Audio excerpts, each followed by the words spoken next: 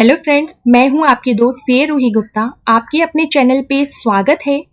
Central board of direct taxes ने एक बहुत ही इंपॉर्टेंट सर्कुलर इशू किया है 30 अगस्त 2020 में,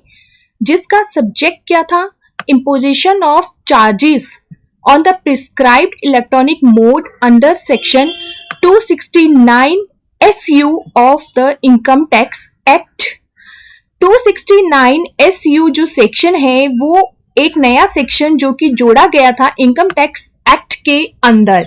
इस सेक्शन में उन्होंने क्या कहा था कि एवरी पर्सन जिनका टर्नओवर ड्यूरिंग द फाइनेंशियल यानी कि during the preceding financial year में एक्सीड होता है 50 करोड़ रुपीज से, वो लोग मैंडेटरीली यानी कि ऑप्शन नहीं दिया गया था, मैंडेटरीली प्रोवाइड करेंगे फैसिलिटी अपने कस्टमर और रिसिपिएंट को ताकि वो एक्सेप्ट कर सके अपनी payments through prescribed electronic mode. जो कि ये सेक्शन था वो एप्लीकेबल होना था 1 जनवरी 2020 से, जो कि एप्लीकेबल हो भी गया है। और ये सेक्शन 269 SU गवर्नमेंट ने क्यों जोड़ा था? वो इसलिए किया था कि ताकि ज्यादा से ज्यादा लोग डिजिटल ट्रांजैक्शंस करें और कम से कम कैशलेस यानी कि कैश में ट्रांजैक्शंस करें। कैशलेस इकोनॉमी के लिए उन्होंने ये नया सेक्शन इंसर्ट किया था और इसके लिए उन्होंने फर्दर एक नया प्रोविजन इंक्लूड किया था। वो किसमें किया था? उन्होंने payment and settlement system act के अंदर सेक्शन 10A इंसर्ट किया था। वहां पे उन्होंने कहा था दैट नो बैंक और system provider shall impose any charges on payer making payment or beneficiary receiving payment through electronic mode prescribed under section 269 SU of the Income Tax Act। यानी कि उस सेक्शन 10A में एक हिदायत दी गई थी कि कोई भी बैंक या सिस्टम प्रोवाइडर, कोई भी बैंक या उससे मिलती जुलती बैंकिंग सिस्टम्स जो कि एक तरीके से चार्जेस इंपोज नहीं करेगी उन पेयर्स पे जहां पे वो पेमेंट या तो दे रहे हैं या रिसीव कर रहे हैं थ्रू इलेक्ट्रॉनिक मोड्स। वो कौन से मोड? जो एक सेक्शन 269 SU में कहे गए हैं, जिसके लिए फर्दर आप जानते हैं कि नोटिफिकेशन जो कि 30 दिसंबर को आई थी 105/2019 नोटिफिकेशन नंबर है, जो कि इसके अंदर वहां पे उन्होंने स्पेसिफाई कर दिए थे कौन कौन से इलेक्ट्रॉनिक मोड्स हैं।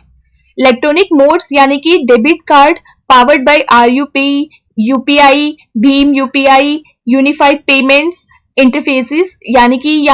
QR कोड्स, और साथ में वन नोटिफाइड जो ये थे वो सारे के सारे नोटिफाइड कर दिए गए थे अंदर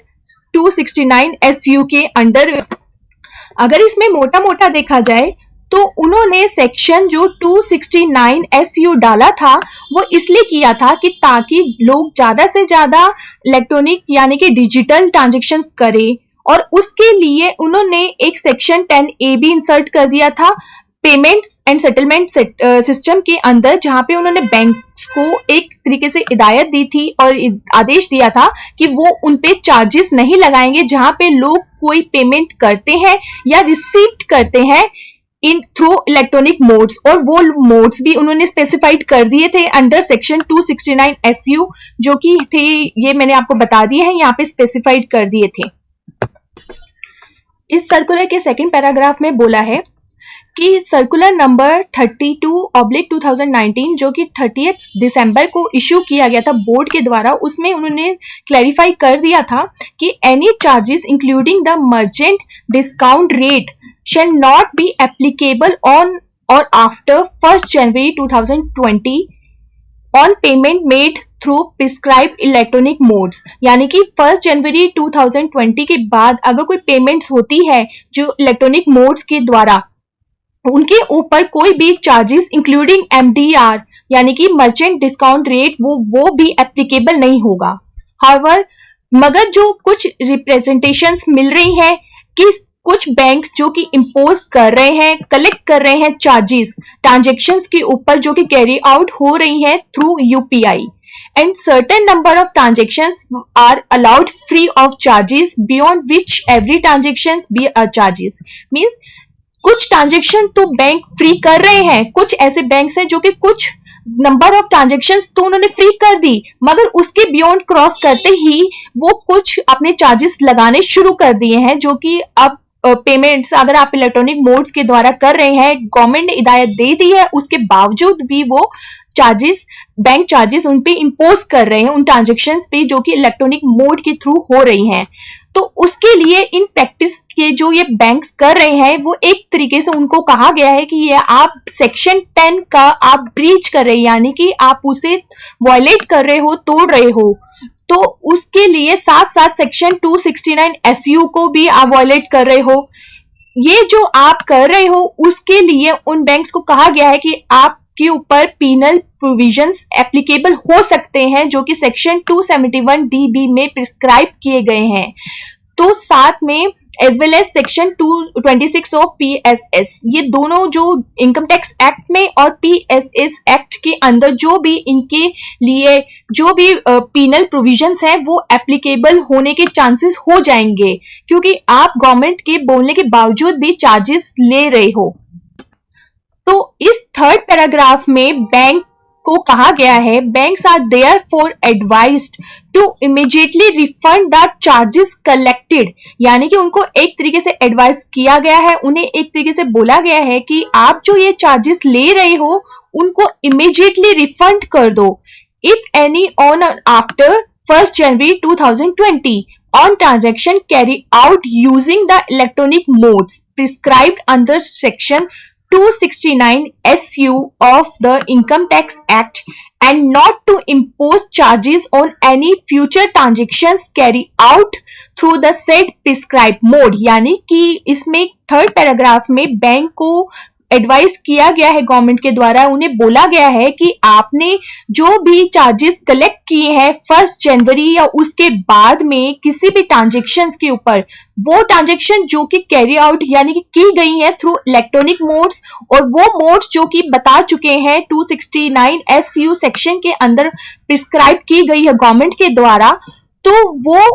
उन चार्जेस को इमीडिएटली रिफंड कर दे। और साथ में कहा गया है ना ही वो इन फ्यूचर अगर कोई ट्रांजेक्शन्स इलेक्ट्रॉनिक मोड के द्वारा की जाती है तो उनके ऊपर भी कोई चार्जेस इंपोज नहीं किया जाएगा बैंक के द्वारा।